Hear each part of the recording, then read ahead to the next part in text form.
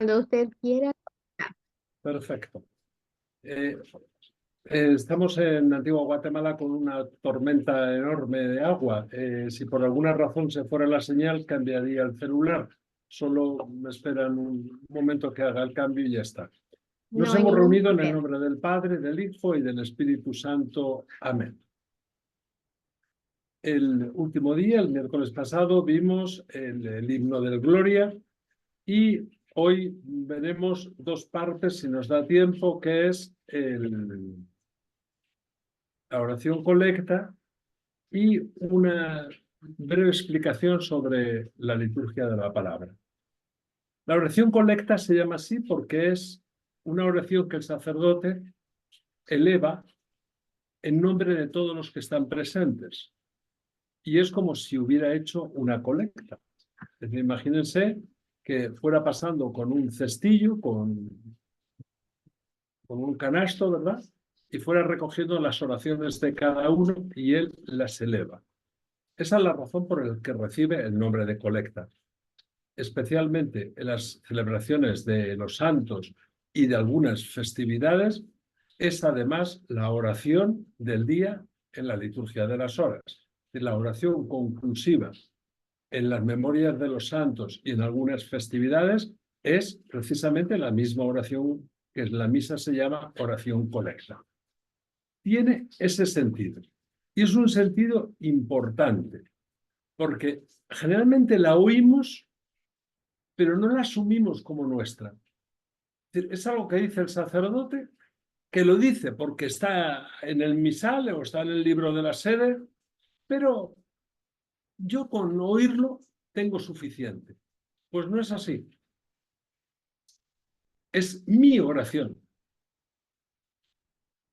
Por lo tanto, debo ser responsable y estar atento a esa elevación que delego en el sacerdote para que él la pronuncie, que la estoy diciendo también yo. Por eso es una oración, como casi todas las que se hacen en misa, que está en plural. Señor, acéptanos, míranos, ayúdanos, haznos, pero está en plural, siempre, porque no se refiere el sacerdote a sí mismo, sino a todos los presentes. Por lo tanto, eso que nos quede como muy claro. Es una oración que viene inmediatamente después del Gloria, si es día en el que se dice el Gloria, y si no, vendrá después del acto penitencial. El sacerdote la anuncia siempre con el oremos.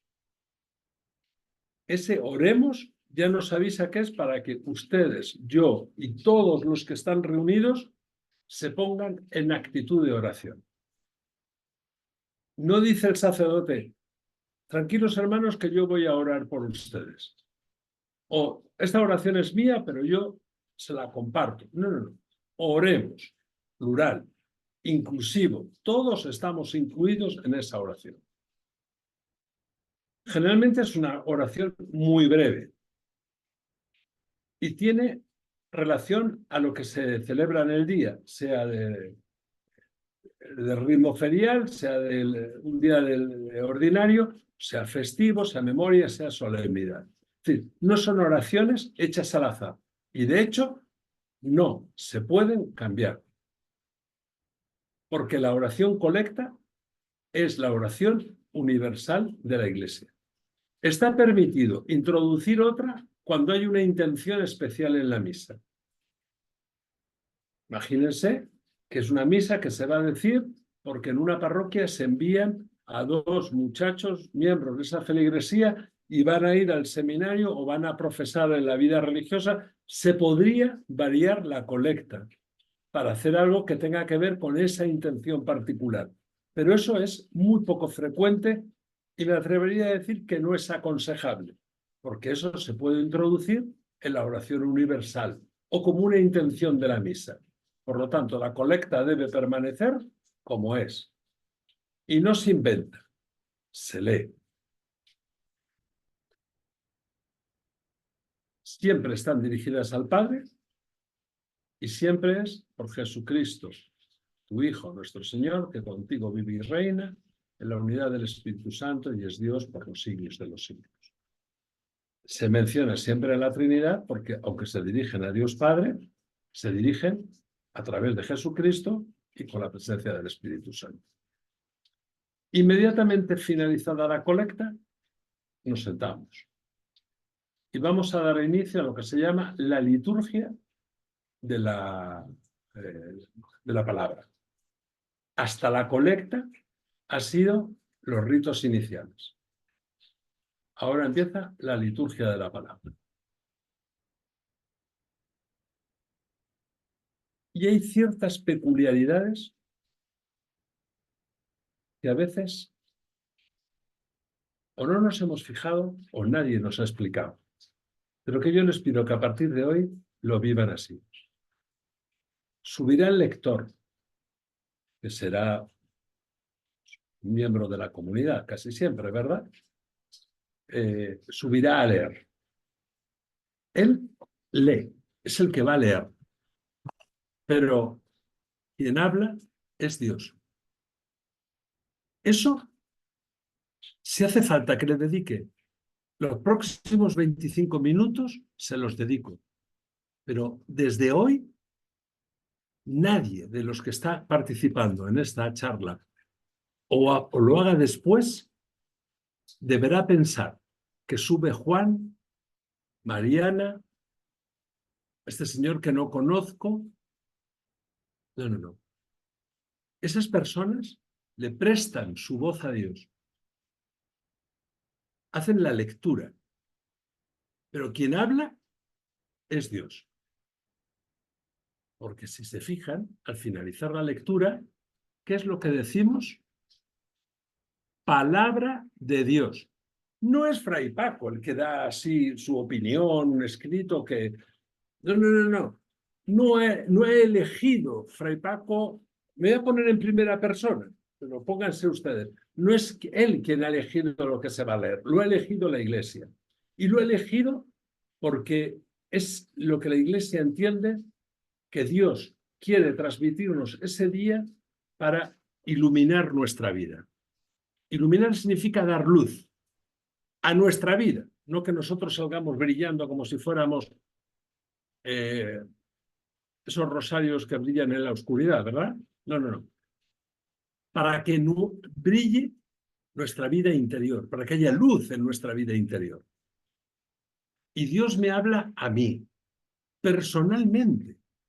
O sea, no puedo decir, bueno, nos ha hablado para todos a saber de a quién estaba hablando. No, no, no, no. Me habla a mí. Y en el texto, que a veces, que puedo decir, bueno, pues exactamente, hoy no he sentido yo que me llamara algo la atención de ese texto. Pues hay algo siempre que nos viene bien. Lo que ocurre es que no le prestamos atención. Miramos para allá, vamos oyendo, pero no escuchamos. O sea, oímos, pero no escuchamos. Porque oír lo hacen los oídos, pero escuchar lo hace la mente y en el caso de la palabra de Dios lo tiene que hacer el corazón. Si yo no soy capaz de entender que Dios me está hablando en esa lectura que están haciendo, no he entendido la misa. Muchas veces he hecho esta broma que no lo es, a grupos de formación o de catequesis o los futuros lectores. Siempre les he preguntado, ¿a ustedes Dios les ha hablado alguna vez directamente? O sea, ¿Dios les ha hablado a ustedes? Alguna vez uno levanta la mano, pero tampoco está muy claro a lo que se refiere cuando luego lo explica, pero nadie levanta la mano. Y si yo hoy les hubiera hecho esa pregunta a ustedes, estoy seguro que muy pocos habrían levantado la mano. Y completo siempre la frase diciendo, pues vayan más a misa. Porque son ustedes mismos los que dicen a la proclamación a la afirmación que hace el lector de palabra de Dios, decimos que alabamos a Dios. Al final, decimos, palabra de Dios, te alabamos, Señor, y no nos creemos que Dios nos ha hablado en la lectura. ¿Qué lo hacemos? Pues seamos sinceros. Lo hacemos sin prestarle atención a la dimensión sobrenatural que tiene el texto. Porque la historia que está contando el texto, el episodio que está contando el texto, se llaman las tres lecturas, ¿verdad? Una es la literal, lo que cuenta directamente. Pues David puso una piedra en la honda, la giró, corrió hacia Goliat y le golpeó. Con la piedra en la frente y Goliat cayó. Eso es lo que cuenta. Luego hay una segunda lectura, de esa lectura, valga la redundancia, que es lo que Dios me quiere decir con la lectura. Pues tal vez me quiere decir que no importa mi debilidad, porque un muchachito que ni su padre siquiera lo consideraba así como el más importante o el más interesante. De hecho, acuérdense que es al último que llaman para ungir. El padre presenta primero a sus hermanos que eran grandes, brutos, fuertes, lo que se entendía en la época como un hombre poderoso.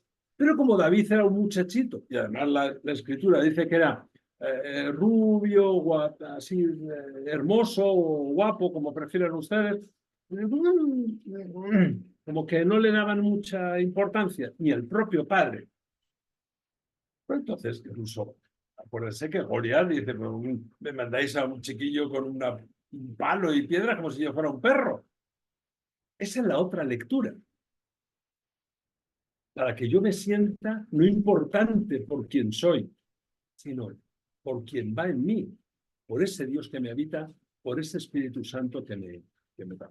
Y una tercera lectura, y es que a esas veces que le he dicho, Señor, háblame, y que si les preguntara a ustedes me dirían, sí, pero yo le hablo y no me contesta. Te contesté la lectura de este domingo. Lo que pasa es que tú solo estabas pensando de qué color era la piedra de David, o no estabas pensando ni siquiera en el color de la piedra, sino que David mató a Goliat. Y ya está, se acabó. En ese escrito yo te dije lo que necesitabas para que entiendas tu dificultad o tu problema, o veas la gloria que te rodea. Ahí está la respuesta. Porque hemos oído a Dios hablar en la primera lectura, le contestamos con el Salmo. El Salmo se llama responsorial no porque el pueblo responda con un responsorio, porque esa es la forma tradicional de hacerlo, pero se puede hacer de otras formas. Es porque es nuestra respuesta a la primera lectura. Dios nos ha hablado y nosotros le respondemos. Y mis queridos hermanos y hermanas, ni nos enteramos de lo que Dios nos dijo, ni sabemos lo que nosotros le hemos respondido. Porque lo único que vemos es, qué bonito han cantado el salmo. ¿Cómo me gusta a mí ese salmo? Es mi respuesta. Si se fijan, los salmos, prácticamente todos, están escritos en primera persona. El Señor es mi pastor. Señor, no me abandones. A la sombra de tus alas me refugio. Soy yo el que habla. Aunque es palabra de Dios el salmo, pero no se dice palabra de Dios al final porque es nuestra palabra, nuestra respuesta a la primera lectura. Señor, me has hablado en la primera lectura y yo te respondo con el salmo. Por eso tengo que estar atento. Por eso tengo que participar en el salmo. Por eso tengo que oír el salmo. Tengo que saber lo que dice. Y en el salmo hay defectos gravísimos. El primero es no cantar. Porque el salmo es un canto. Imagínense que yo les cantara un bolero, pero quitando la música. Solo les digo la letra.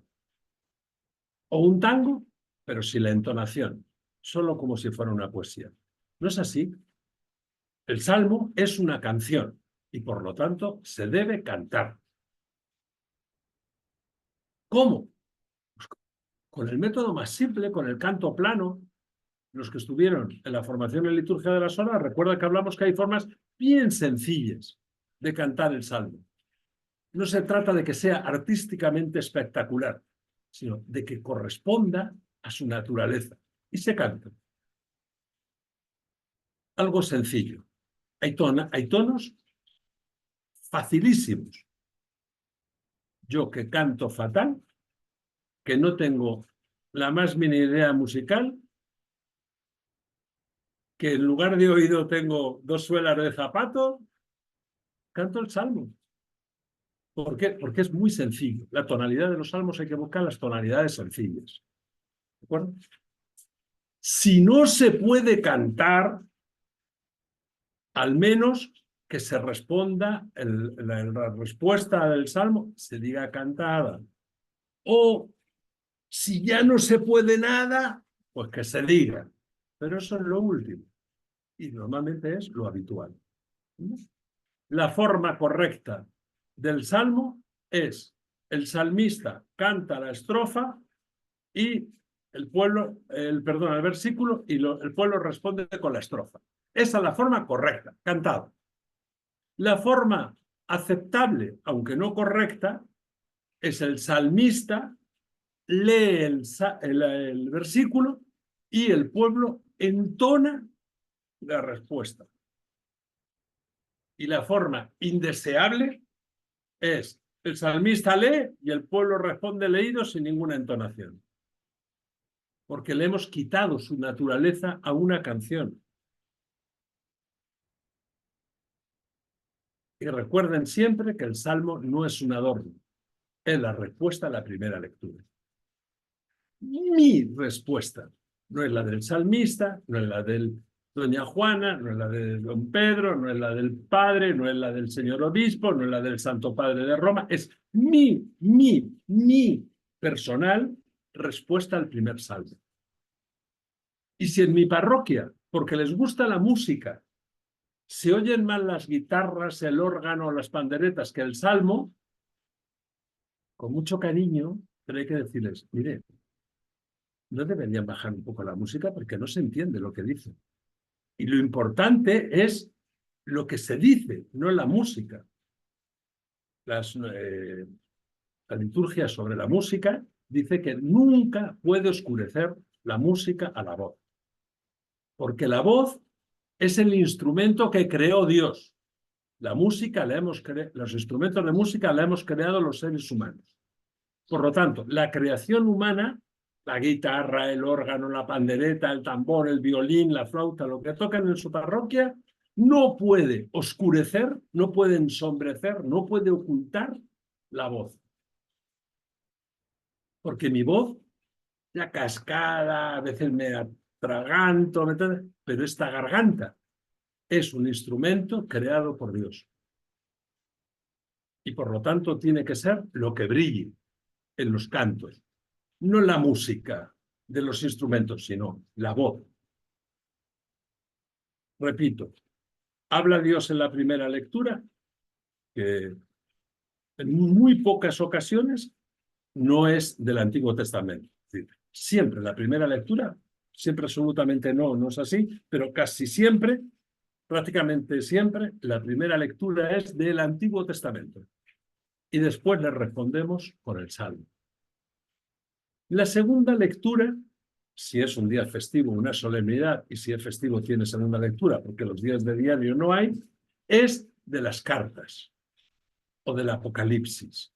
No es nunca del Antiguo Testamento ni es del Evangelio, porque el Evangelio se dice después. Entonces, la segunda lectura siempre de una de las cartas o del Apocalipsis. Y es formas de explicar lo que luego va a decir el Evangelio. O sea, es la visión que había antes del Evangelio de ese misterio de Dios. En las cartas, lo que el Evangelio de Jesús supuso al pueblo y cómo lo interpretaron, y después el propio Evangelio. Primera lectura del Antiguo Testamento, el Salmo cantado, y segunda lectura de las cartas o del Apocalipsis. Esas tres partes las haremos sentados, porque estamos como en clase, así, sentados y atentos a lo que el Espíritu Santo, que es el maestro de la lectura, es el maestro, lo que encierra la sabiduría del Antiguo y del Nuevo Testamento, como palabra de Dios, se ha manifestado a través de las lecturas que han pronunciado el lector, el salmista y el segundo lector. Y nosotros hemos estado aprendiendo, atentos, sentados y aprendiendo. Esa es la razón por la que estamos sentados.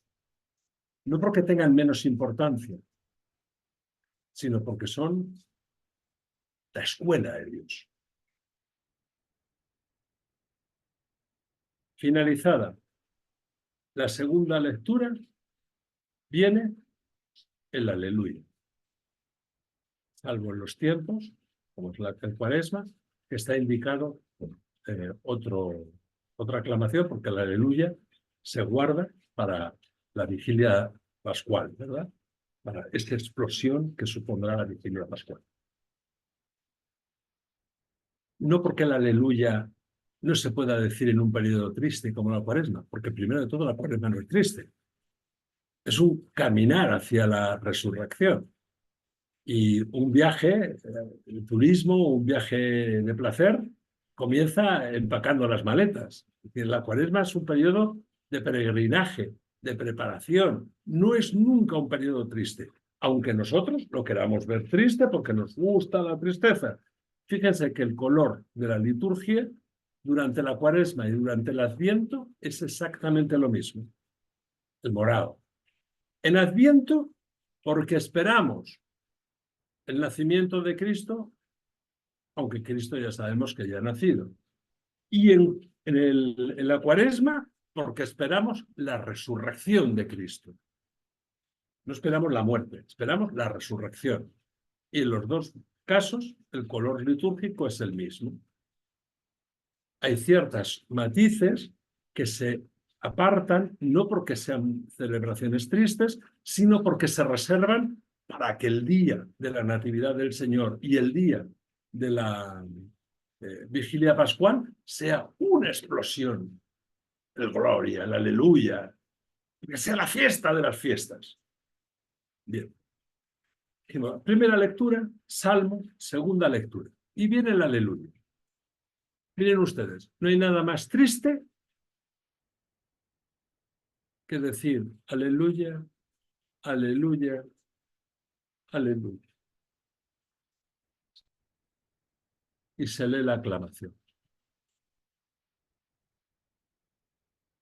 La ordenación general del misal romano dice que cuando el aleluya no se va a cantar, se puede suprimir. Fíjese si es importante cantarlo, que dice que si no se va a cantar, se puede suprimir. El aleluya tiene que ser una explosión volcánica, porque quien viene a hablarnos después del aleluya es Jesús, Cristo en persona, a través del diácono, del sacerdote, quien vaya a leer el Evangelio, si en ausencia de diácono, sacerdote o obispo, lo tiene que leer el que presida la celebración de la palabra. Pero el pueblo reunido se levanta cuando oye el aleluya, porque es el aviso de que empieza. Y el simbolismo es importante. Yo les sugiero que como ya sé que después de la segunda lectura, cuando diga el lector palabra de Dios, te alabamos Señor, yo me pongo de pie porque ya toca. No, no, no, no. El signo es oír el aleluya, ¡chum! Y de pie, como respuesta a la aclamación. Cuando usted está en su casa y viene una visita, se levanta del sillón porque oye que tocan el timbre, oye que golpean la puerta, pero no están diciendo, bueno, a ver si viene, me voy a poner detrás de la puerta a ver si viene. Porque se pierde la emoción. Se pierde la emoción de que toquen a la puerta y yo digo, ya están ahí, vamos ahí. ¿Eh? En el aleluya. En el momento que inicia el canto del aleluya, todos se ponen de pie. Y se canta el aleluya y la aclamación del aleluya. Porque ese es el sentido. Y ese aleluya se canta porque es Cristo mismo en la persona de quien está en el ambón y lo va a leer, que nos va a hablar. Y ponernos de pie no es porque el texto sea más importante, que también lo es por la alegría de estar delante del Señor y que nos hable cara a cara. Las normas litúrgicas dicen que durante la lectura del Evangelio todos se giran hacia el ambón. O sea, no es yo miro para el suelo mientras leen el Evangelio. O como la imagen del Cristo que está en mi parroquia en el altar es preciosa, para que parezca que el Señor me habla, lo miro. No, no, no, no, no. La iglesia sabia, la liturgia dice que todos se giran para mirar al que va a leer el Evangelio.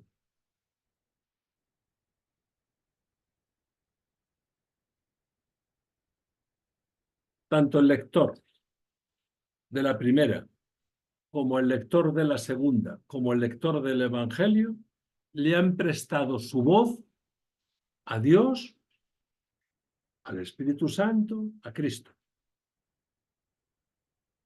Por lo tanto, no es el Padre quien habla, el Padre solo lo lee.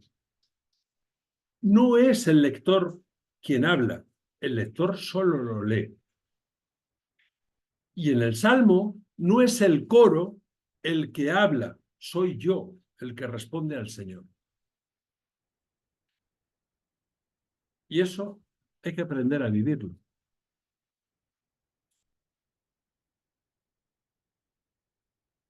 Porque, queridos amigos, cuando alguien nos habla en la calle, nos paramos y le miramos. Y hasta sin conocerlo, sonreímos. Cuando nos habla Dios en misa, a lo nuestro. Hay que ir cambiando de actitudes. Y hay que estar.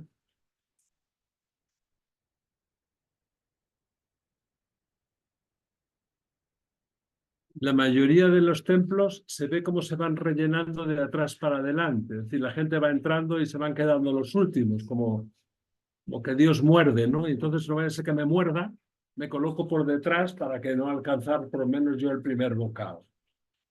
Pero si fuéramos a un cantante que nos gusta,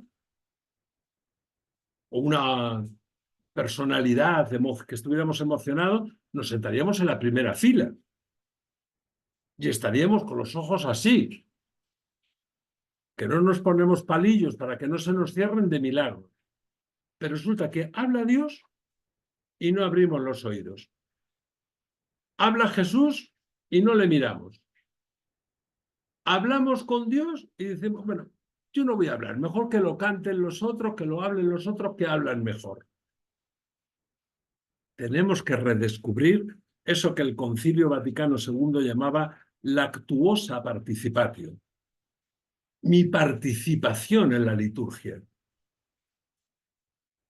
La misa la preside uno, pero la celebramos todos. Cada uno con las partes que le corresponden. El pueblo con sus posturas, con sus actitudes, con sus aclamaciones, con sus respuestas. Esa es nuestra participación. Claro que hay en momentos de la misa que se ve un poco más claro, ¿no? Que el Señor esté con ustedes y con tu espíritu. Hay como que parece que lo vemos más claro, ¿me entiendes? Pero nosotros, bueno, sí, la lectura solo me toca decir al final, te alabamos, Señor. No, no, no. Toca estarte atento. Lo de te alabamos, Señor, casi es lo menos importante. Lo importante es que hayas estado atento a la lectura. No solo a lo que dice, a lo que yo entiendo, sino a esa frase, a esa palabra, algo que me golpeó y de repente encontré la respuesta a una pregunta que hice ayer, esta mañana o hace un mes. Porque el Señor tiene eso, que el tiempo es suyo y responde cuando Él considera que es lo oportuno la respuesta. Y hay muchas veces que el que no responda es la señal que no necesita respuesta a lo que estamos pidiendo. Porque le estamos pidiendo explicaciones a Dios de lo que hace, poniendo en duda las cosas como las ha hecho, queriendo que las haga como a nosotros nos gusta, y su silencio, no respondernos nada, es una magnífica respuesta. O porque le estoy pidiendo algo que yo ya tengo los medios para hacerlo, pero no me apetece, prefiero. Cuando yo era niño en el colegio poníamos en la primera página de algunos libros: Virgen Santa, Virgen Pura, haz que me aprueben esta asignatura. Y teníamos un profesor, jefe de seminarios en el colegio, que decía: dejen a la Virgen tranquila y estudien, que es lo que tienen que hacer. ¿Vale?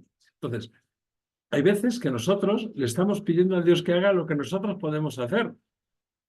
Señor, ayuda a las personas que están solas. Pero yo no voy a acompañar a nadie. Señor, dad de comer a los hambrientos. Pero yo, si acaso unas migajas, no mucho más. Eso nos toca hacerlo a nosotros. Dios lo va a hacer a través de nosotros. Como Dios nos habla a través del lector.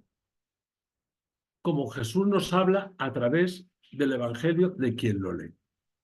¿Sabes?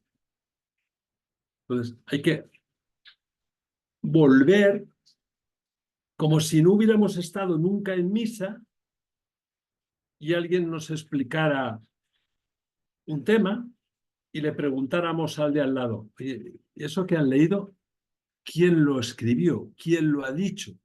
Y el de al lado nos dijera: eso lo ha dicho Dios. Mira, y el señor este que estaba leyendo ahí eso de que amaos los unos a los otros como yo os he amado, ¿eso quién lo dijo? ¿Ese señor? No, no, eso lo dijo Jesús. Tenemos que volver a eso, a maravillarnos,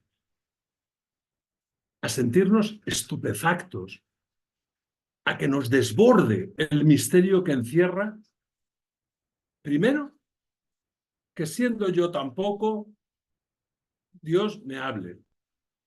Con el poco caso que le hago, me sigue hablando. Y a pesar de que yo solo le pongo circunstancias, problemas, errores, tal, sigue mirándome con misericordia. Y sigue hablando, y sigue hablando.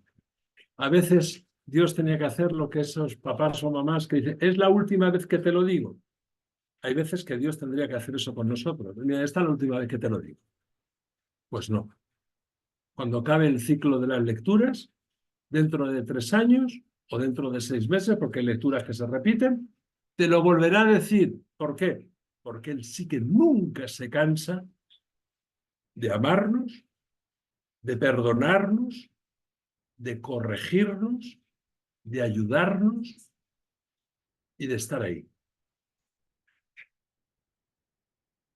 Redescubran el sentirse partícipes en ese misterio.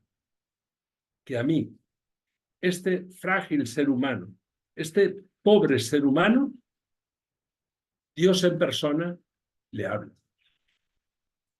Y además le escucha. Es que Dios no me escucha. Sí, te escucha en el Salmo cuando le respondes. Te escucha en las oraciones que elevas, como la colecta que hiciste antes. Lo que no te escucha es cuando lo que le está diciendo o carece de sentido o ya sabes la respuesta, o aunque tú creas que tienes el derecho de recibir eso, pues no lo tienes. Porque aunque tú creas que Dios tiene que hacer lo que a ti te gusta, Pues es que tu gusto puede ser que no sea lo mejor para ti. Eso hay que descubrirlo replanteándonos el misterio. Recuerden, es palabra de Dios, es palabra del Señor y no de quien lo lee. Vamos a pasar ese periodo de las preguntas.